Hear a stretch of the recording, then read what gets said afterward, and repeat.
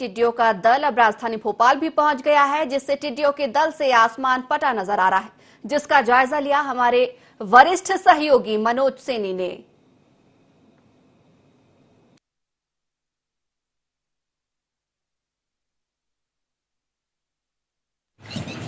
देश के अलग अलग हिस्सों में टिड्डी दल के हमला बोलने के बाद टिड्डी दल भोपाल पहुंच गया और इस समय देखिएगा अब जगह जगह टिड्डी दल नजर आ रहा है। आसमान पट पड़ा है टिड्डियों से। जो टिड्डी एक जंतु होता है उससे आसमान पट पड़ा है और जहां भी देखेंगे आप तो टिड्डी दल नजर आ रहा है। मेरे आगे पीछे आसपास इस समय टिड्डी दल ही नजर आ रहा है और पूरी तरह आसमान में जगह जगह टिड्डी दल। और ये देखिएगा किस तरह का होता है।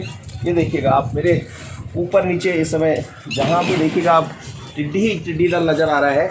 और एक तरह से कहा जाए तो पूरे आसमान को टिड्डी दल ने अपने जकड़ लिया है। और जहां भी देखेंगे आप टिड्डी दल का हमला होने से अब ये समझ आ रहा है कि आखिर किसान क्यों परेशान है। वास्तव में इस तरह का होता है टिड्डी दल जिसने लोगों को जीना मुश्किल कर दिया, खासकर किसानों को। एक बार और दिखाता हूं आपको कि किस तरह पूरी आसमान में दूर तक आप जहां भी नजरें दौड़ाएंगे सिर्फ टिड्डी दल नजर आ रहा है। मनोज सैनी, IND24 भोपाल।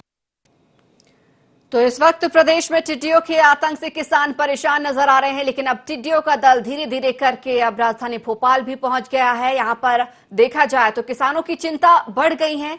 लगातार टिड्डियों को भगाने का भी यहां पर प्रयास किया जा रहा है।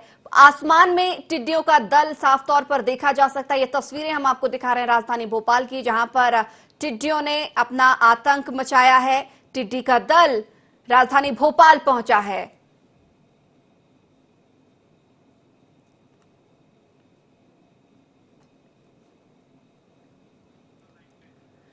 और वहीं इसी खबर पर हमारे साथ अधिक जानकारी के लिए प्रबंध संपादक मनोज सैनी जी फोन लाइन पर मौजूद है। मनोज जी, अब टिड्डियों का दल राजधानी भोपाल भी पहुंच गया है, कितनी चिंता का विषय है ये?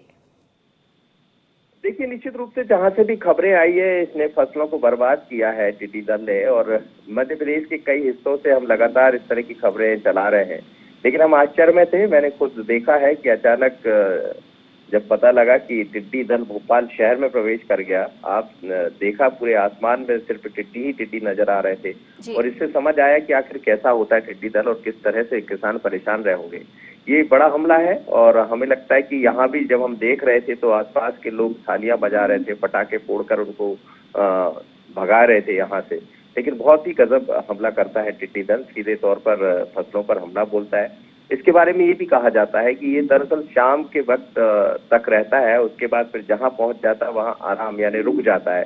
दूसरे दिन सुबह फिर यहाँ से चल देता है। जैसे अभी हम देख रहे हैं कि आसमान पूरी तरह साफ हो गया, लेकिन इस बीच में काफी नुकसान किसानों को पहुंचाता है। और जहां ये रुक जाता है, जहां जाके ठहरेगा रात में, वहां पर और बड़ा नुकसान करेगा, क्योंकि वहां पर फसलों को चट करता है यानी खाता है। और यही इसीलिए केंद्र सरकार मोदी से लेके और शिवराज जी तक ने इस पर चिंता जताई थी। पर अभी टिड्डी दल समाप्त नहीं हुआ है, ऐसा लगता है मध्य प्रदेश के अलग अलग हिस्सों में दिखाई दे रहा है। क्योंकि आज जब भोपाल पहुंचा है तो अब इसका रास्ता कहीं और आगे की तरफ बढ़ेगा, वहां से भी इस तरह की खबरें आएंगी। चिंता बढ़ाने वाली बातें हैं संचिता। मनोज जी, जिस प्रकार से अभी अब आसमान में टिड्डियों को उड़ता हुआ देख रहे हैं, कहीं ना कहीं ये चिंता का विषय तो है। तो क्या इसके लिए किसी प्रकार की गाइडलाइन या फिर चेतावनी जारी की गई है?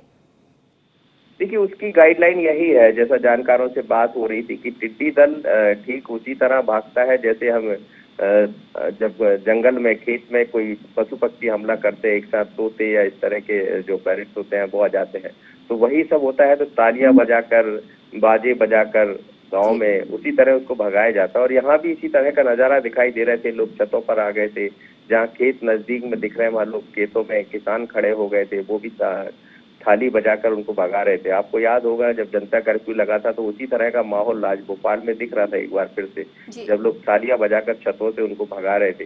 लेकिन बहुत बड़ा दल है ये और आज भोपाल में है और भोपाल से अब आगे की तरफ बढ़ेगा तो वहाँ चिंता की लकीरें बढ़ेंगे। लेकिन नुकसान जरूर हुआ होगा किसानों को। जहाँ तक गाइडलाइन का सवाल है तो वही गाइडलाइन है कि इनको भगाने का एक ही तरीका है कि आवाज करिए, आवाज सुनकर ये भाग जाए। जी बिल्कुल, बहुत बहुत धन्यवाद हमारे साथ जुड़ने के लिए, तमाम जानकारी साझा करने के लिए।